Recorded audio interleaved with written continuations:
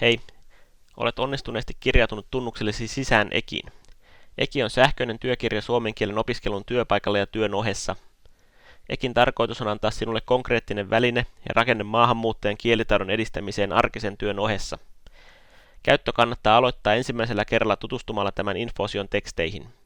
Infoosio ei näy kielen oppijalle. Infoosiossa opit myös enemmän siitä, mikä ja mihin tarkoitukseen Eki on tehty.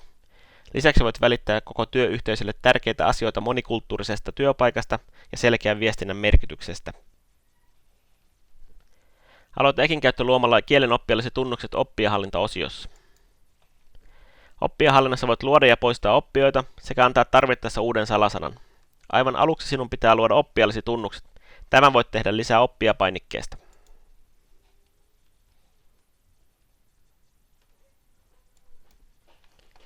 Maahanmuuttaja tulee mukaan Ekin käyttöön saatuaan oppijatunnuksen ja salasanan sinulta.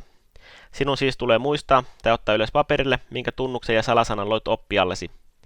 Mikäli sinulla on useampia oppijoita, sinun pitää luoda heidän jokaiselle henkilökohtaiset tunnukset.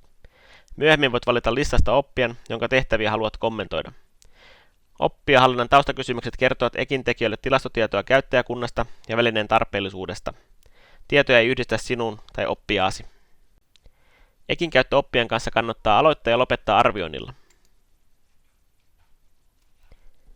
Alkuarviointi kannattaa tehdä yhdessä heti, kun otatte työkirjan käyttöön. Loppuarviointi suoritetaan, kun työkirjan käyttöjakso saadaan päätökseen. Arvioinnissa voit myös vertailla, miten kieli on jakson aikana kehittynyt.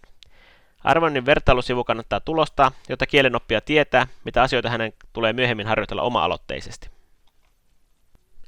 Alkuarvioinnin jälkeen avatkaa tehtävät-osio, jossa näette 10 otsikkoa tehtävineen. Etenemisjärjestys ja ajankäyttö on sopimuksenvarainen asia. Valitkaa tehtävistä ne, jotka tukevat teidän työtänne.